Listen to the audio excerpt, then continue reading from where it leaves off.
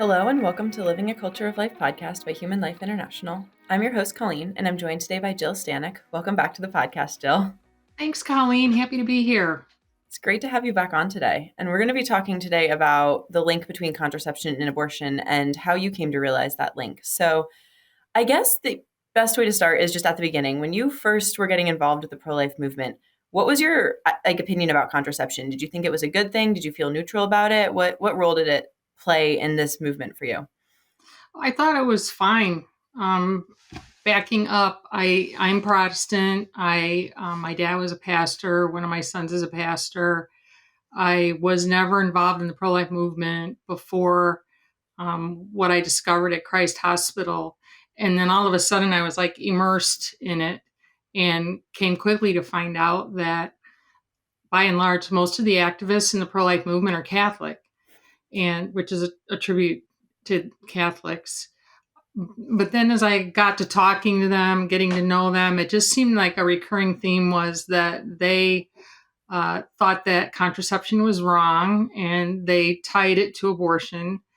And I had no real problem with contraception. And I kind of thought that they were just, I didn't kind of think, I thought they were just going too far. And that was my starting place. Did you ever hear the argument that contraception will reduce abortion rates because it'll keep children from being conceived in the first place? Because that seems to be the most common argument that I've heard in pro-life circles in favor of contraception is that obviously if you want to avoid killing children, they say that the logical way to get there is to just not make sure the children aren't conceived in the first place. We're not going to stop people having casual sex, so let's just use contraception and that will stop abortions from happening. Did you buy into that argument, or what were your thoughts on that? I can't specifically recall thinking that, but you saying it to me now as a person who wouldn't have thought about it very much, I could say, sure. Yeah, that makes total sense. So what changed your mind then? What made you first start realizing that contraception and abortion were linked? Well, there were two things. First of all, I decided to read Humanae Vitae. And when reading that, I came up on a section that Pope Paul VI had written specifically on what he thought would be the outcomes of using contraception. And those really hit home with me.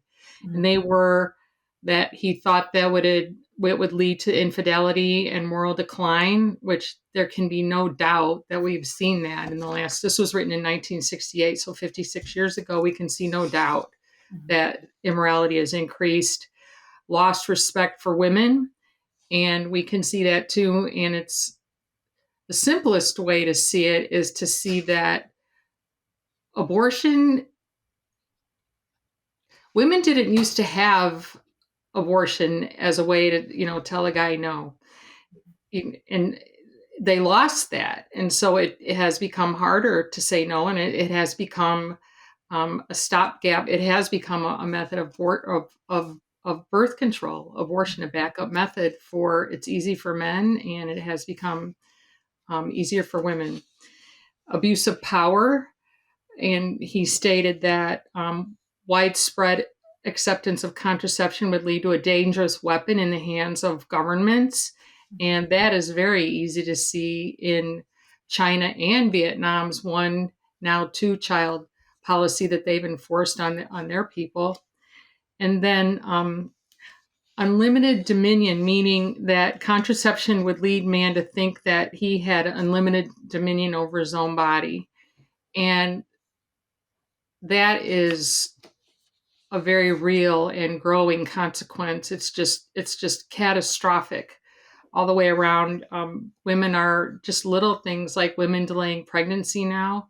They think they have that type of control over their body. And when you delay pregnancy, God made our biology to really, hyper interested in sex beginning in the late teens and onward. And so I think that people I now think, I didn't necessarily back then, but I think that we're built to get married when we're younger, have kids when we're younger. And so women delaying childbearing has had physical fallout of that. just a few: um, hypertension, preeclampsia, placenta previa, where the placenta covers the opening of the cervix, gestational diabetes. And then, as far as the consequences to the children go, there is preterm births now and low birth weight, and there's a higher probability of moms even dying who get pregnant later. Then there's sterilization. My own pastor had no problem saying from the pulpit that, he'd gotten sterilized. It's just Mhm. very common, especially in Protestant world. IVF is a terrible consequence. Some stats that I found are that only 7% of embryos created by IVF ever survive. They result in a live birth. So 93% of embryos that have been created for IVF are either frozen indefinitely, or they've miscarried, or there's a high rate of abortion, meaning natural abortion. A mom may implant 1, 2, 3 embryos, and they die. And then over 1 million embryos are now living in frozen animation now across the U.S. And again, I have another pastor. I go to a large church, and his wife told me that they conceived with IVF. They have a beautiful daughter. She's now 7, 8, but they have 2 other embryos that are frozen. And now she is getting too old for childbearing, and she just didn't know what she was going to do with these embryos. And there are thousands, if not hundreds of thousands of parents that are caught not knowing what to do with these babies that they've created, but they don't want to bring into the world. Surrogacy, we're seeing that more and more, especially with gender confusion, homosexuals marrying, women that don't want to get pregnant, Paris Hilton, Kim Kardashian, just relying on a paid surrogate to have babies, turning women into machines. Gender confusion, and that is a part of that is also the transgender movement. When you begin to like muddy up the difference between men and women, you try to make women more like men by allowing them not to get pregnant, which is their natural function. That's one of the big distinctions between them and men. It has fallout in those areas too. So those were, as I thought through Humanae Vitae, what he said made total sense. And then I also saw a poster that was created by One More Soul, which is a Catholic based organization out of Ohio. And the name of the poster is Dandelion and Rose. And on one half of the poster, and I know you're going to show this to your audience, make it available. One half of the poster has a dandelion growing. Underneath the dandelion is the root. And the root is contraception, sterilization, all the things I've mentioned. And the outcome of that are abortion, divorce, single family homes, artificial repro technologies, all of that, euthanasia even, Mhm. because the mental thought of it's okay to kill a baby extends to the end of life. But then on the other side of this poster is the rose, and it shows that the outcome of natural family planning, of people, women and men, being open to life, has the opposite effect. And I know that you know the stats better than I do of marriages where using natural family planning are much stronger than marriages that use contraception. There's security for moms and kids in volunteerism, vocations.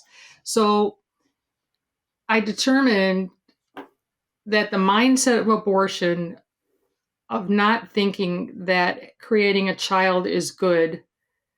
If I said abortion, I meant contraception. The mindset of contraception, of not wanting kids, of not being open to kids, is exactly the mindset of abortion. And the reasons that you use contraception are the same reasons that you use abortion. So Mhm. that was my basis. What began as the awakening for me was really Catholic teaching. Yeah. Well, even to go back to the euthanasia point, a lot of times I think that happens because if you have contraception, you're creating this anti-child mentality, which leads to a lot of smaller families, which means that the general fertility rate isn't necessarily being isn't hitting replacement rate, which means that you then end up with a much broader older population and not enough young people to help take care of them. So then euthanasia, because you've already lost the respect for the value of life, becomes the quote unquote solution to that. So it is Excellent. interesting how it just follows every like it all follows on top of each Yep. other. Yep. Very good. Yeah. It was interesting too because when I had I had Michael New on the podcast Mhm. over the summer talking about the actual like data rates behind this, and he was saying that or pointing out that contraception puts the responsibility of avoiding pregnancy on the woman, which Yeah. makes it easier for the man to walk away. So it used to be the idea that if a woman did get pregnant, the guy would still be there to help her take care of the child. But now that it's seen as like the woman's responsibility to make sure she doesn't get pregnant, if he gets her pregnant, well, that's her fault. And she has to either get an abortion or raise the child alone, and he has no responsibility for it. So that was another like societal impact that Dr. Newt was pointing out as well. Very good. Very good Um, too. Two good points. So we've obviously written a lot about this here. It's a big topic for HLI and it's natural law. That's why everyone like it's not some divine revelation that can only be found like in Catholic circles. It's natural law. We can all see this, which Yeah, but I will say that Catholics have thought it through mhm, completely. Like I have no question on the family that I can't ask Catholic leaders who I trust who don't have an answer from conception to the grave natural death. mhm. So I give so much credit to the Catholic faith of having thought through all of this, and it it is a sad blur on the Protestant faith that we've parted from that, and really we've just become totally blind to this concept. When I bring it up myself, I was totally blind, but when I bring it up to other people, they look at me like I looked at Catholics 20 years ago. But now it's so clear to me, and it's so clear to me in the Bible too. So it's sad. It's a sad fallout. What is the Protestant mentality about contraception? Is it divided? Are people some people in favor of it, some people opposed to it, or is it generally that people are in favor of it? What's been your experience in those circles? Um, I would say there are certain denominations that, Baptist, for instance, that are more opposed to it. I would.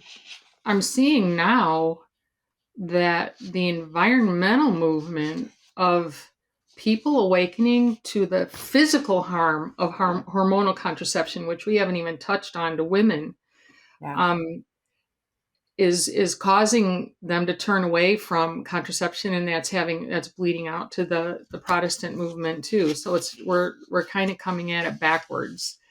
But by and large, a lot of our leaders don't think about it, don't talk about it, and so I would say most. Well, there's liberal Protestants and Yeah. churches like United Church of Christ, ELCA.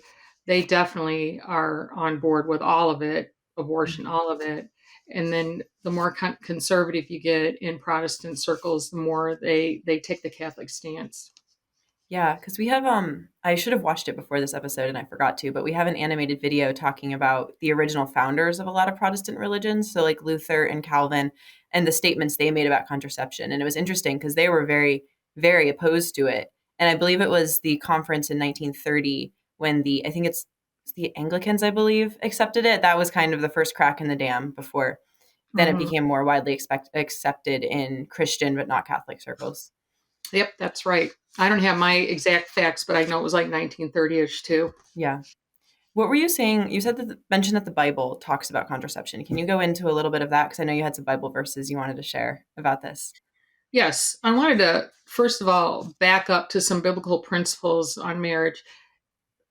After I learned what I learned that I've just explained Mhm. from the Catholic perspective, I started. just seeing it everywhere in the Bible, it was as if, like Paul on the road to Damascus, the scales fell out of his eyes. And that's just how it was for me. I just started seeing uh, God's plan for life, and that contraception is wrong just everywhere. But it Mhm. starts with marriage, and God's original plan for marriage was a purpose of creating a family. It says in Genesis 1:28, verses that are very familiar to you. So God created mankind in his own image. In the image of God, he created them, male and female, he created them. He blessed them and said to them, "Be fruitful and increase in number, fill the earth and subdue it." So, right from the beginning, God instituted marriage. And a big reason for marriage, he did say that he didn't want Adam to be alone. He wanted a helper for Adam. A big reason for marriage, of course, is companionship. But the other component of that is to create children. He said that before the fall, before sin entered the world, but he said it again after Noah. The ark landed and Noah opened the doors, and God said again in Genesis 9:7, "But as for you, be fruitful and multiply, spread across the earth and multiply upon it." What's also interesting is the opposite of that. You see in Mark 12:18 through 25, some of the religious leaders were interrogating Jesus, trying to catch him up. And it said, one of the examples here is, some Sadducees, who say that people will never come back to life, this sect didn't believe in the resurrection, came to Jesus and they asked him, "Teacher, Moses wrote for us, if a man dies and leaves a wife but no child, his brother should marry his widow and have children for his brother. Now there were 7 brothers. The first got married and died without having children. The second married her and died without having children, and so on. The third, all 7. And last of all, the woman died. When the dead came back to life, when the dead come back to life, whose wife will she be?" And Jesus said, "Aren't you mistaken because you don't know the scriptures or God's power? When the dead come back to life, they won't marry. Rather, they will be like the angels in heaven who don't marry." So when you think that through,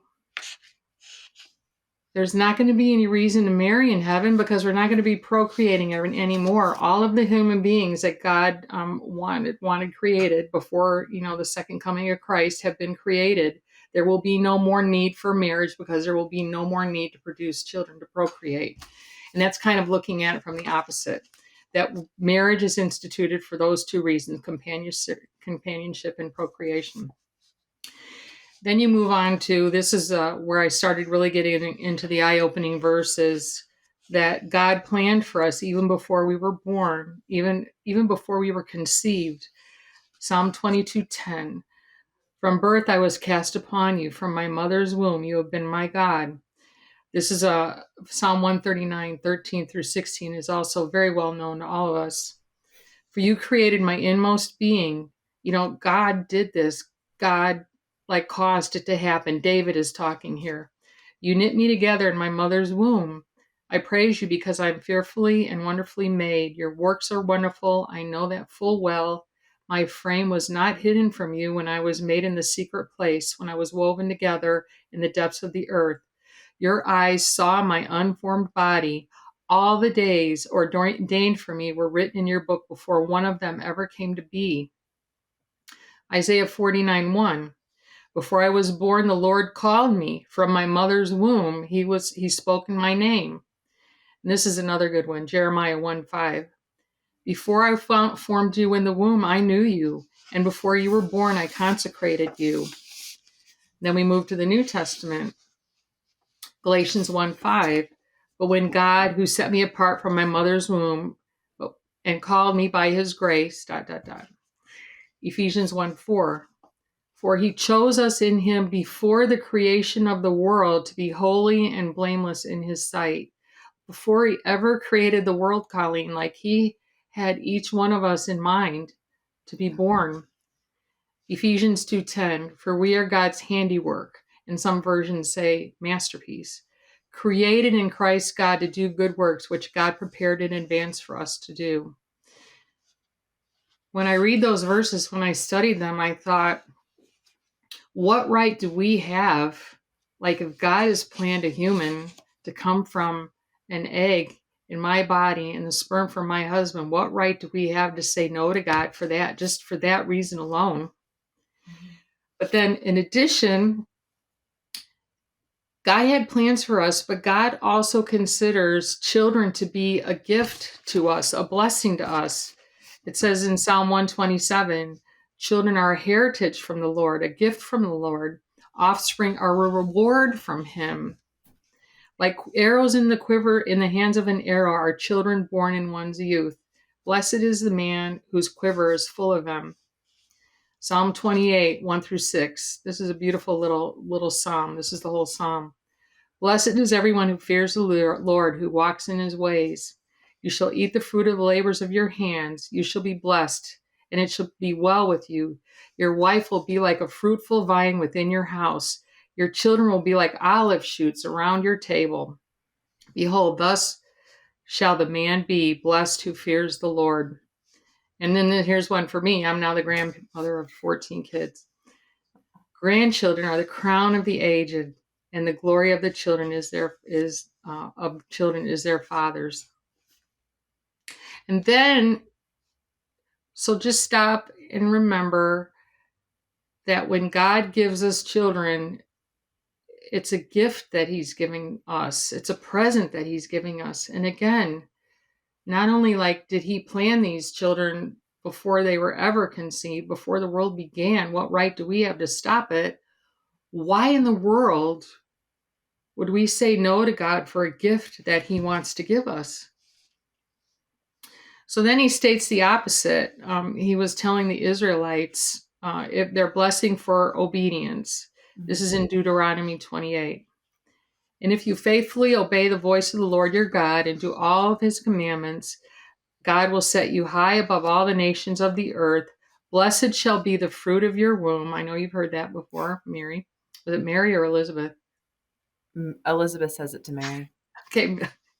And the fruit of your ground and the fruit of your cattle. But then he says, here's the curse for disobedience. So he wants to give those of us who are obedient to him, who love him, he wants to give us this gift of children that he's planned. But the curse for disobedience. But if you will not obey the voice of the Lord your God, or be careful to do all of his commandments and statutes that I command you today, then all these curses shall come upon you and overtake you. Cursed shall be the fruit of your womb, and the fruit of your ground, the increase of your herds, and the young of your flock. The Lord will send you curses, confusion, and frustration in all that you undertake to do until you are destroyed and you perish quickly. So if we are not obedient to God, not only will he not bless us, he will curse us and take away our children. And it seems to me we're cursing ourselves right now by taking away our own children. So those were some of the, there's more verses I know, but those were like some basic verses that were the foundation of me opening my eyes to see how God views marriage and children and human beings in general. That was a Yeah, start. those are beautiful verses. Like obviously, especially the ones of like I knit you together in your mother's womb, and I know the like plans that I have for you. Those verses are always so reassuring to know that God is working through, like wants, is willing all of us to be here at this moment, and is Yeah. willing and has been ever since like forever before the world Forever. began. Eternity. Did you experience any pushback in like the pro-life or Protestant circles when you realized the problems with contraception? When you like, yeah, what was what reaction did you get from people? Well, it's not something that is talked about very much. I remember another one of my pastors, uh, his daughter was getting married and she was going to go on the pill, and I was just horrified for many reasons, some of Mhm. which I've outlined, but also because of the physical consequences of going on the pill. Yeah. And I said, "Oh, can I talk to her?" And he said, you can, but it's not going to make any difference." So I tried reaching out to her. I sent her an email with scripture and also with reasons why hormonal contraception is bad for you, and like never heard back from her. So I guess I'd say it's just not a topic that kind of comes up Mhm. naturally in Protestant world. Uh, so it's not one that I encounter very much. I honestly think it doesn't come up enough in the Catholic world either, because I knew that it was wrong before I started at HLI, but I didn't realize that a lot of hormonal contraception can cause abortions. That was something that I'd never heard despite growing up pro life my whole life. And I knew about it was bad from the physical perspectives, but again, it wasn't I know I've learned a lot more about it in my year and a half here than I did in the 20 something years before that. Yeah, you just reminded me. I kind of had an argument with a priest one time, of all people, who, like, when he counseled family couples before they got married, he didn't push contraception. He just thought that it was kind of necessary. And here I found myself arguing with a priest. So, like, it's kind of everywhere. Sorry to say. It is. It's widely accepted in today's society, and it's something people don't even discuss or think about because it's accepted as normal. Can we talk a little bit about the abortifacient side of it? Because I know you Yeah. had some notes about that, and that is something, like I said, that I even wasn't aware of, even though I knew that contraception had problems before I started here. Well, there are. Let me count. There are 4 ways that hormonal contraception can work. And what I'm talking about when I talk about hormonal contraception is not just the pill, it's the Mhm. vaginal ring. All of these contain artificial steroids, progesterone and or estrogen. And let me just back up and say there's no birth control for men, because men wouldn't be so stupid as to take, artificial steroids and mess with their reproductive system like women have been. But just imagine taking the drip, drip, drip of artificial steroids over the course of 20 or 30 years of your life and not thinking that would have an effect. Now we're in transgender world, and we now know when we give these artificial steroids to boys or give them to girls, the opposite, the catastrophic effects they have on these kids' bodies. And Mhm. yet we've been doing this to ourselves. There's that. But there's 4 ways that hormonal contraception can work, and I mentioned, I wanted to also add Depo-Provera, which is like a little shot you get under your arm, a Mhm. little tubey thing that, over the course of time, dissolves. Contraception patch, and also the IUD, which Mhm. is a hormonal contraceptive, but it also works as stopping an embryo from implanting. So these work by either causing the ovary not to release the egg, thickening the cervical mucus to hinder the ability of the sperm to travel through the fallopian tube and fertilize the egg, or there's just 3, prevents the lining of the uterus from allowing a 5 to 9 day old embryo from implanting. So um, your an egg is fertilized when it's in the fallopian tube, and then it takes like 5 to 9 days for the egg to travel down to the uterus, and then in the uterus it is supposed to implant into the wall of the uterus. And one of the ways that hormonal contraception may work is by making the lining of the uterus slick, so that impermeable, so that the embryo cannot attach. This week old embryo cannot attach to the uterus, and it slides out. And I'm reminded of another example. I was in a cave one time, family visiting the cave, and in this cave was an underground lake. And the underground lake, they had to stock with fish, just I think for the pleasure of the tourists coming. But the lake, the fish didn't naturally procreate. They had to keep putting fish into the lake. And so I asked the guide, why is that? And he said, because there's no natural kind of lining on the lake, like maybe seaweed, sand, whatever, that will allow the eggs to implant and grow. They just kind of slide down and die. And it's the same kind of effect as hormonal contraception may have. The thing is, we're not exactly sure how hormonal contraception works. Mhm. And on a month by month basis, it can work a different way depending Yeah. on, like, if you take your pill religiously, it'll act a certain way. But like, what if you take your hormone pill 9 o'clock a.m. one morning and then 12 o'clock p.m. the next day, and you're kind of hopscotching around? You don't know how it's going to work. And so again, a lot of Protestant leaders say, because chances seem to be increasingly, as research goes on, increasingly pessimistic that one of the ways a birth control pill might work is by disallowing the embryo to implant, that it should be okay to use hormonal birth control. But of course, we should take the position, if there's any chance Mhm. of the hormonal pill or any of the other hormonal contraceptions working this way, we shouldn't use hormonal contraception. And Yeah. again, that's separate from the harm that it does to a woman's body.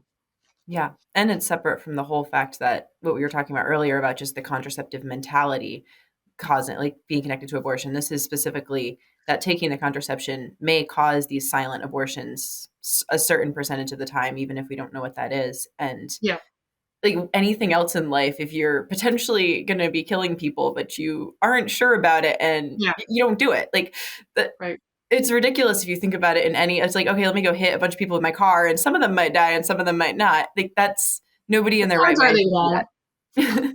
So we'll take a Yeah. chance. But I will mention a little bait and switch that the American College of Obstetricians and Gynecologists made in 1965. They redefined the definition of pregnancy from Mhm. being fertilization, conception, to implantation in the uterus, and that is how they come to say that contraceptives, hormonal contraceptives, don't cause abortions, because they're now saying that pregnancy doesn't begin until an embryo implant. So they and they did that on purpose, because of the very reason that we're talking about, Yeah. that they didn't want women to stop taking the pill because there was a chance they might kill their baby. And that's why they can sell it as contraception against Yeah, conception, is because they redefined conception to be implantation and not fertilization itself. But because we believe that life begins at fertilization, then anything that's going to be actively trying to harm the child even before it implants is still a type of abortion. yeah. And you just reminded me that this went into my thinking on, as far as contraception leading to the abortion mentality, because as you said, the very word contraception is anti-conception, against conception, and that is a mindset that we have when we Mhm. start taking these contraceptions. I am against conceiving a baby. I do not want a baby, and that's what leads to the abortion mentality. Yeah.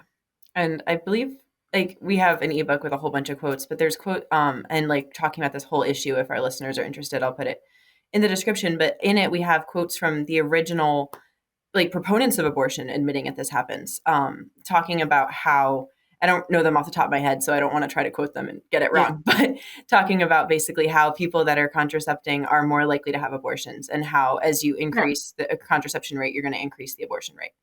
right. There you go. Well, thank you so much for joining us today. This has been a really great conversation. It's always good to keep reminding people about these topics and learning more about it. So, It's a fascinating topic to me, and like, I've just always had in the back of my mind to write a book for Protestants, and I'm running out of time. I really have to get on it if I'm going to do it. yeah, well, like and like I was saying earlier, it's natural law. It's truth. It's like reasonable. It makes sense. It's something that shouldn't be like isolated in one denomination of any faith, because we all have human reason and we all should be able to look at it and see the connection. So, I will anything. close with giving Catholics, kudos, credit for really being on top of this issue and really standing strong when the world is so against Mhm. them on this, and getting more against them you every day. I really respect the church for that. Thank you on behalf of the Catholics here. And yeah, just thank you so much for being on today. It's been great to talk to you. Yeah, thank you, Colleen, for having me again. You're welcome. And to all of our listeners, please like, follow, subscribe, leave us a good review. If you'd like to learn more about this topic, I'll link our ebook about contraception leading to the abortion mentality at the end of this video and in our description. And keep on living the culture of life. God bless.